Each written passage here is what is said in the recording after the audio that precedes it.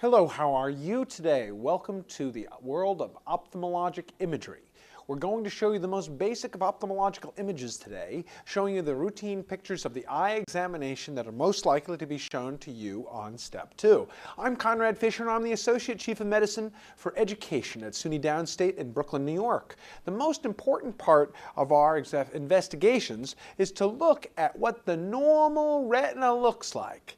The normal retina should have predominantly a beautiful, clean, clear space in between the blood vessels. You will see here as we examine the image, the normal blood vessels coming out make up only a small part of the retinal surface. The majority of the retinal surface is free of blood vessels so that the light can penetrate. The same way that you can't look at things through your own eyes if you got rolls of dough in front of your eyes. How's the light supposed to penetrate to your own eyeballs? The majority of the retina should be with clean, orange, reddish background that does not have any hemorrhages, dots, blots, or snots.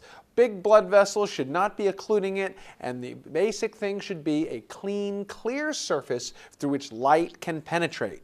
The most important image for us to evaluate here is the normal retina. Again, to show you variations on a theme between the retina so that when you see the abnormal retina, it'll become much more obvious to you if you are familiar with what a normal retina looks like. Again, on our next image, it shows again, even though some of the blood vessels might be relatively large, that the space in between those blood vessels is clean, clear. No hemorrhages. The external surfaces of the blood vessel you see are smooth and even. There are no aneurysms bulging off of them. Aneurysms block the perception of light. There's no hemorrhages in the vitreous. Hemorrhages in the vitreous are like eclipses where your moon goes near the sun and blocks out the light as it shines upon the earth. The earth would be like the retina. The moon, as causing an eclipse, would be blocking the sun,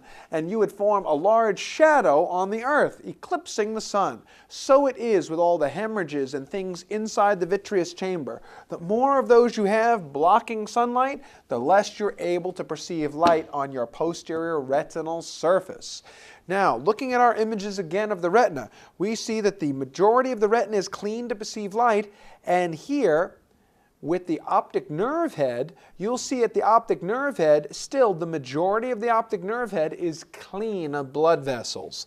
This is how you'll tell the difference between this and diabetic retinopathy. The majority of the optic nerve head is clear of blood vessels, and here inside the macula or the fovea, where the majority of the retinal sensory epithelium lives, you have virtually no blood vessels, because this is where most of your vision occurs. You could damage out here in the periphery and still see. You could damage out here in the periphery and still see. But the density of retinal receptors, rods and cones, is here centered around the macula or fovea, where the highest density of retinal light receptors are concentrated. Let's look at our first disease, diabetic retinopathy. Now, background retinopathy means that there is a very small deterioration in the blood vessels of the retina. However, there's not enough to occlude the perception of light. As a matter of fact, background retinopathy is not perceived by the patient in the majority of cases. It's something that is found on a routine eye exam. That is why diabetics, let's write something up on the board here, that is why a diabetic should have his feet and his eyes examined every year. Now, personally, I wish that we can combine podiatry and ophthalmology. I've only succeeded in combining podiatry with dentistry because I have my own foot in my mouth so often. I've managed to combine both specialties because both the foot and the eye should be examined every year. Now, the eye exam is done so that when you see background retinopathy, you can intervene perhaps with laser photocoagulation as the disease worsens. So the point about diabetes is to examine these eyes so that you can intervene to prevent the progression onto quote-unquote proliferative retinopathy. Proliferative retinopathy means that those small hemorrhages have progressed to the point where they're clouding the epithelium, they're blocking the perception of light. Background retinopathy is little dots, blot hemorrhages, no neovascularization. New, blood vessel formation. No vitreous hemorrhages. The background means behind the vitreous, in the retinal epithelium itself.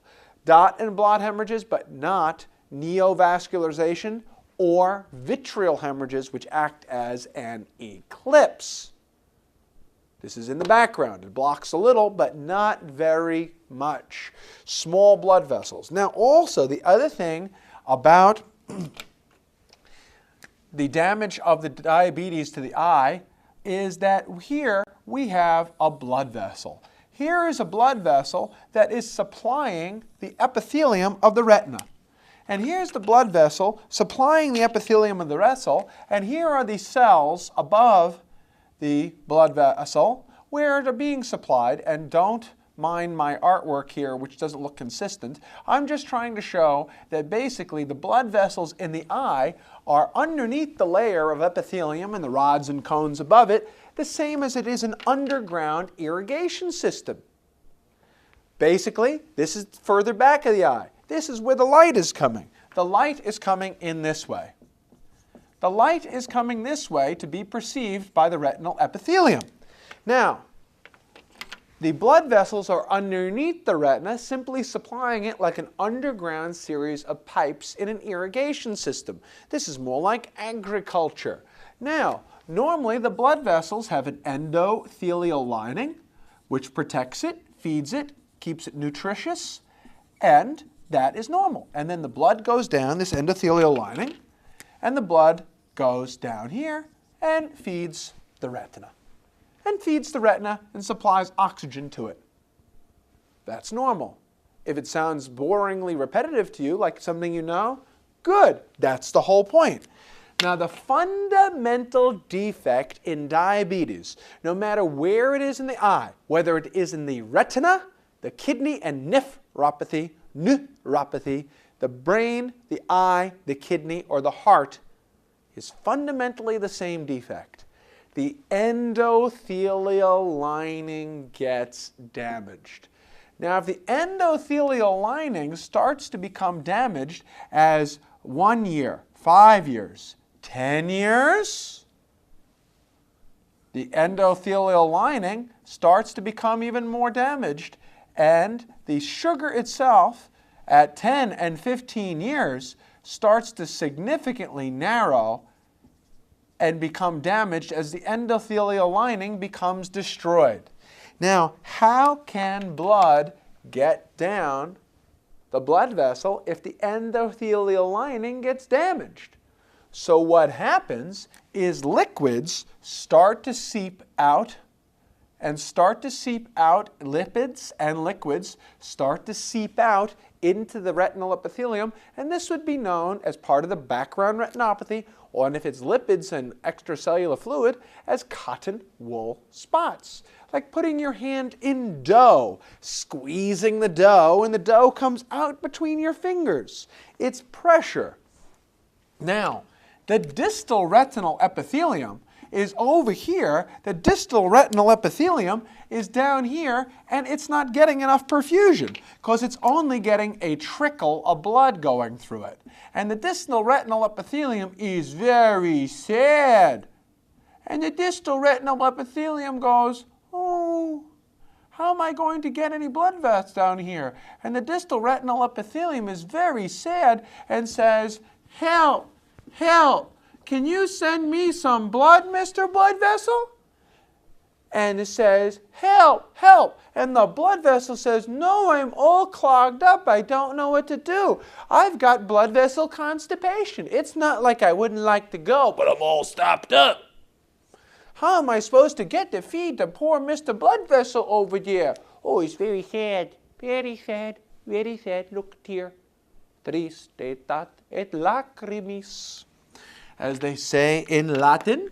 So what happens is that help sign goes, and it goes dun dun dun dun dun dun dun dun dun dun dun dun. Angiogenesis factors. Angiogenesis factors are released to go backwards and says, let's start making some new blood vessels. If this blood vessel is all clogged up, let's make some new blood vessels so that we can feed that retina. And new blood vessels get formed, and that's how you have background retinopathy progressing on to proliferative retinopathy. The epithelium is dying and says, help, help, I'm not getting enough oxygen. Angiogenesis factors are released, which get the blood vessel to form new, neovascularization. Now, the problem with that neovascularization is that part of it is that it blocks the retinal epithelium. The other part is that the rest of the blood vessel starts to form small aneurysms because the blood vessel starts to bulge out. And when the blood vessel starts to bulge out with those microaneurysms, that's also partly is what's known as microaneurysms. Sometimes the blood leaks out, and you actually have blood leakage out because there's back pressure. This is obstructing it. The blood's trying to go forward. There's back pressure. And the blood vessel starts to go aneurysms. And the blood vessel sometimes goes boop! And you start to get a little hemorrhage in the epithelial cells. Microaneurysms. Dot and blot hemorrhages, all based on back pressure. Neovascularization from the blood, from the retinal epithelium going, help, help, I'm not getting enough oxygen, rescue me. And that's the whole story. Now, back to the images here. Let's again look at our normal retina. The normal retina is mostly free of blood vessels, particularly at the macula, where the majority of our retinal epithelium is, where we can see with. We could live without this stuff on the periphery, but you can't live without your macula. As a matter of fact, the most common cause of blindness in the Western Hemisphere is age-related macular degeneration. Age-related macular degeneration. So, when the retina starts to get sick, you start to see here small dot and blot hemorrhages on this image of the retinal epithelium.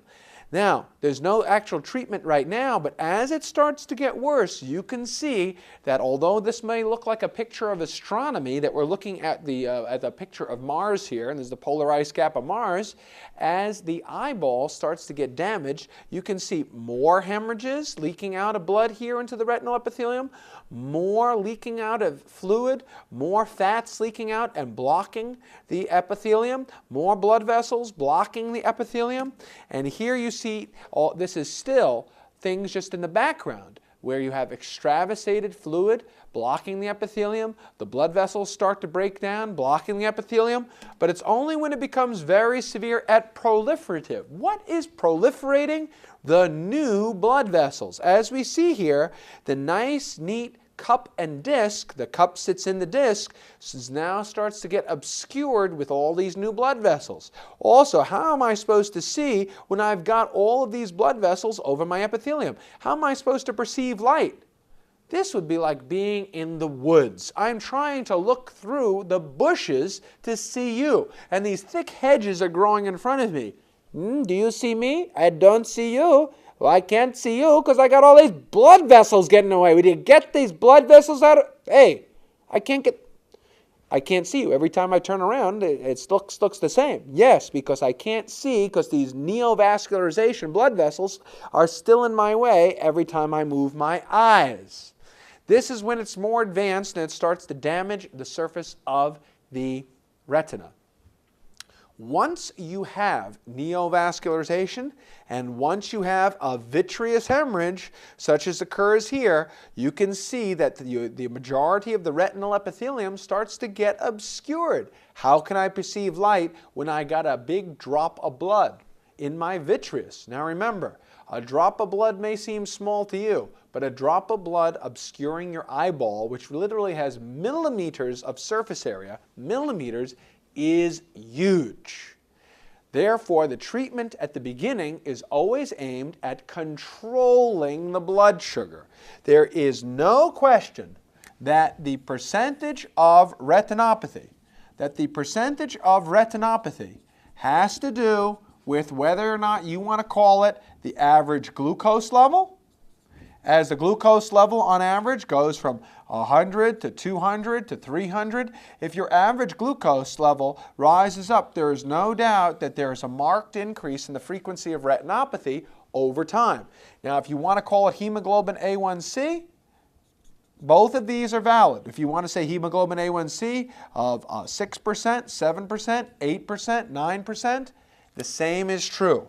The greater the average glucose, the greater the average hemoglobin A1C, the more likely is someone will develop retinopathy. If you say percentage with retinopathy at 5 years or 10 years, the higher the glucose, the greater the percentage with diabetic retinopathy.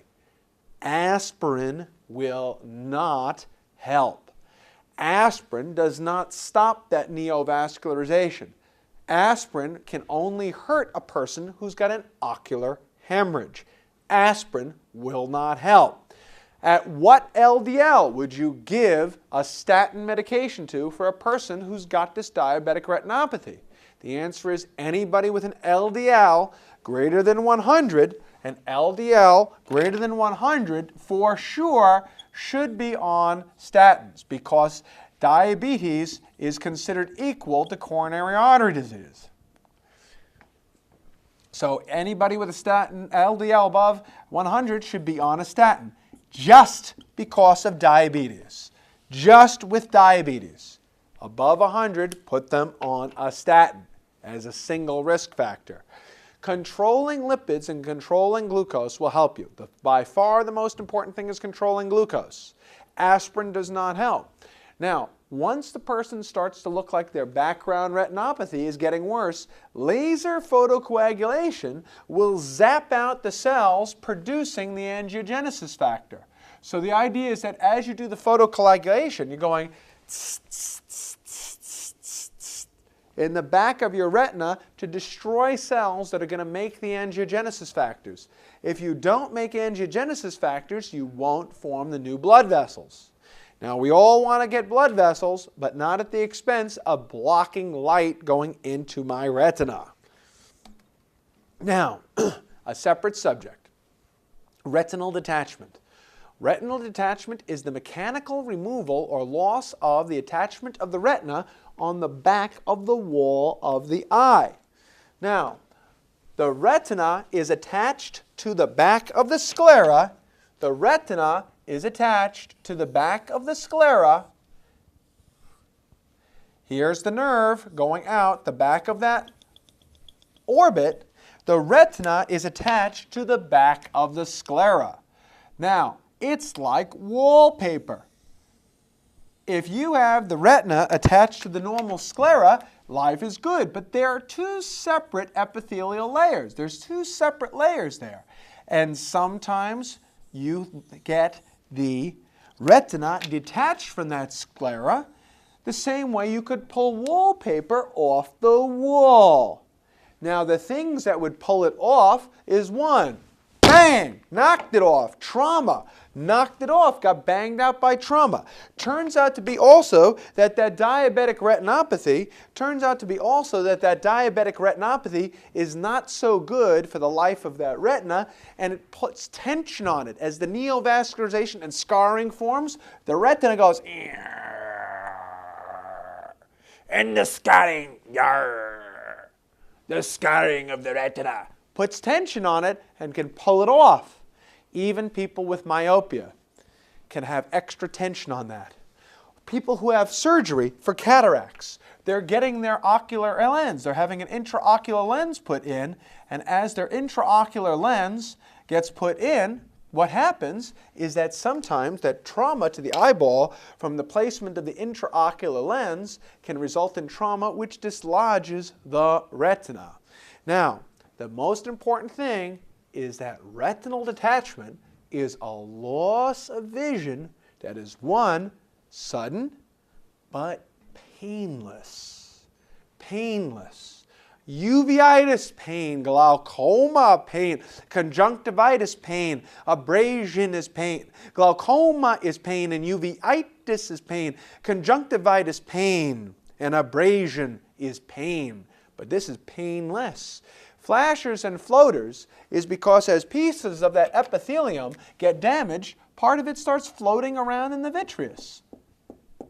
And anything that provides tension on the retina can give flashes of the perception of light, the same way if I go into an electrical box in your house and I start jerking around the wires, I can cause sparks in a short. Tss, tss, tss. Pull the retina, this is electrified epithelium. Wow, kind of like an electric blanket. On one part of it, it's warm and soft and fuzzy. On another part, it's got electricity running through it. If you tug on it, you can cause a short in the wires. And you can pull the epithelium off. And these floaters are pieces of epithelium floating around the eye. So as the image tries to come into the eye, dog, happy, happy, dog, dog, dog, human head dog, as the dog tries to be perceived coming in there, how can you see it? Because flashers and floaters start getting in the way, and the tugging on the epithelium causes you to perceive flashes of light because the epithelium is getting tension on it that does not belong there. So that's why the red cells are in the vitreous, because it blocks the light. Remember, it's not red and it's not painful. Now, retinal detachment, the best initial therapy is simply if the retina has come off of the sclera, if the retina has dislodged off the sclera and it's now floating around out here loose, the first thing is, ready? Tilt the head back. And the idea of tilting the head back is that if you get this eyeball to tilt back, the idea here is that we think that the retinal epithelium will want to just float itself back here and float back on to the back of the sclera. Now, what if it doesn't do that? Then what you have to do is get in there and surgically reattach it. And tack it up. Surgically, little points of freezing, laser, let's staple it back on there. Oh, the wallpaper's fallen off the wall. Let's push it up. Tack, tack, tack, tack, tack, tack, tack, tack, tack. No, it's your eyeball, man. It can't be like that, tacking on wallpaper. You're right, because if it's just your wallpaper, it wouldn't cost $35,000. Okay, so that's why you lean it back and tack, tack, tack, tack, tack, tack, laser, cryotherapy, surgery, moving it back. Now, one of my favorites is, if you can't get that nasty epithelium to go back there, because it just won't go back, let's put a needle in here and let's inject some expansile gas. Don't you like that? Let's inject a little gas in there. And the gas expands, and the idea is that this expansile gas, putting an air bubble in there, is supposed to slam the retina back against the wall where it goes back with pressure, pushing against that sclera. The retina is floating around.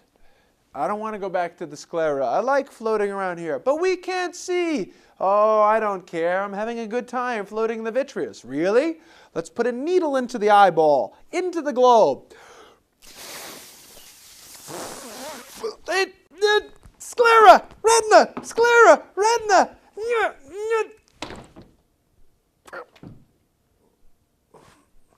And how do you get the retinal epithelium to reattach to the sclera sometimes? You put in an expansile gas and damn. All right, I'll perceive light for you, but I don't have to like it, do I? And that's how you get the retina pushed back. Expansile gas, laser attachment, cryotherapy, surgical reattachment. Now, sometimes, no matter what you do, it's like in relationships. No matter what you do, you just can't seem to make it fit right. Now, the retina wouldn't go back to the sclera. So what can you do if all these different forms of couples therapy end up not working?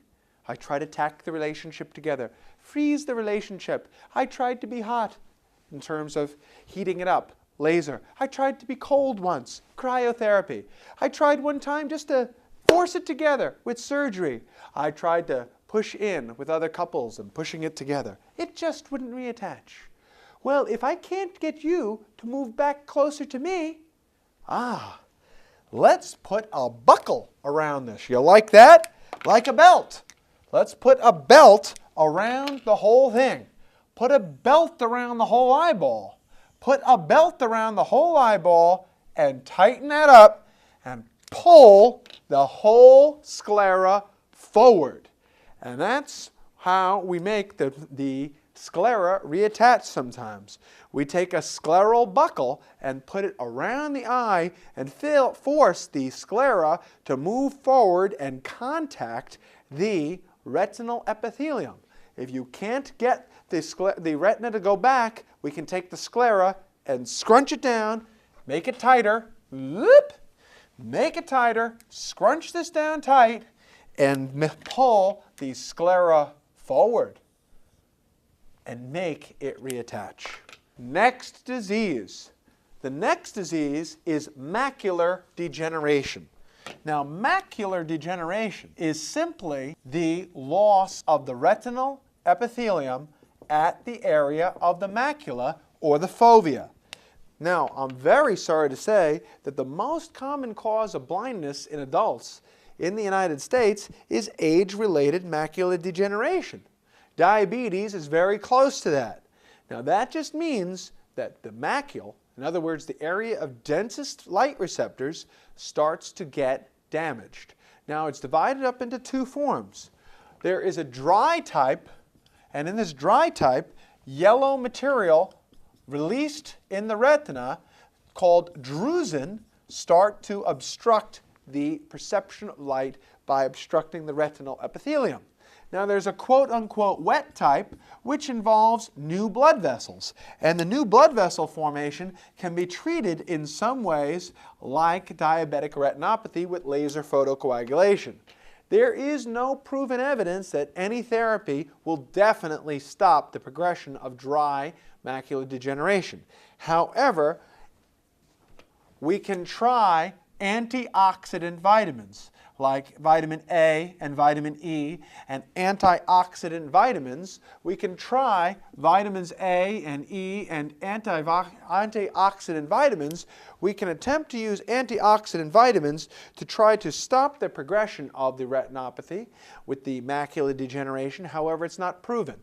Wet type macular degeneration can be improved with the laser, and all of them should receive vitamin A, C, and E. However, this has the best evidence for being able to be used to stop the progression, but only of the wet type, which is new blood vessel formation. And therefore, we can do angiography of your eye, or we can use verteporin,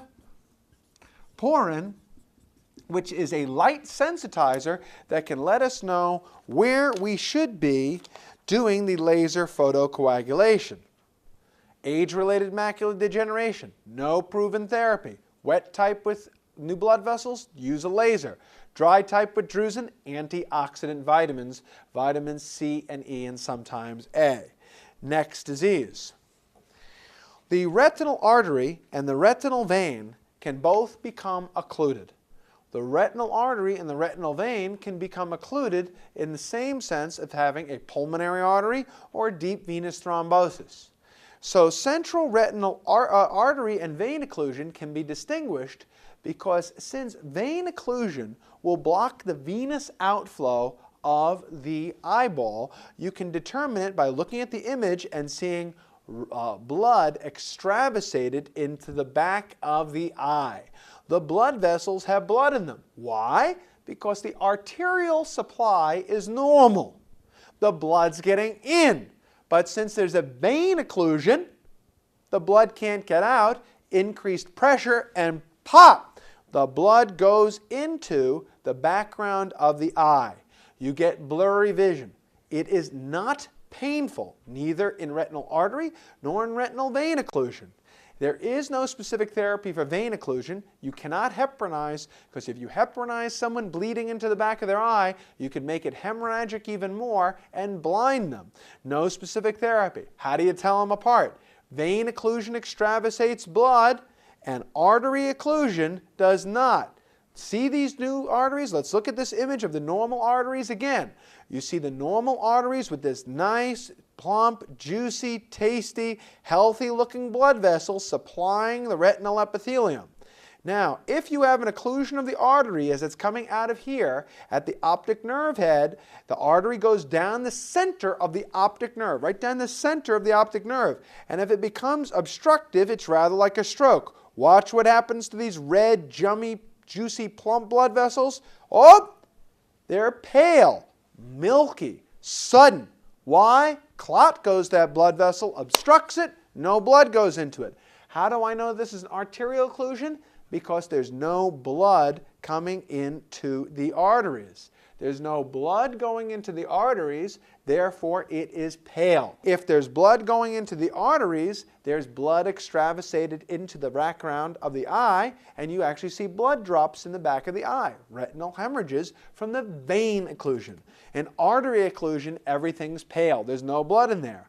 You try to treat it in many ways the same as you would a stroke. Thrombolytics occasionally. Trying to use aspirin and heparin to dislodge the clot, sometimes even eyeball pressure. The retina is pale because there's simply no arterial blood supply.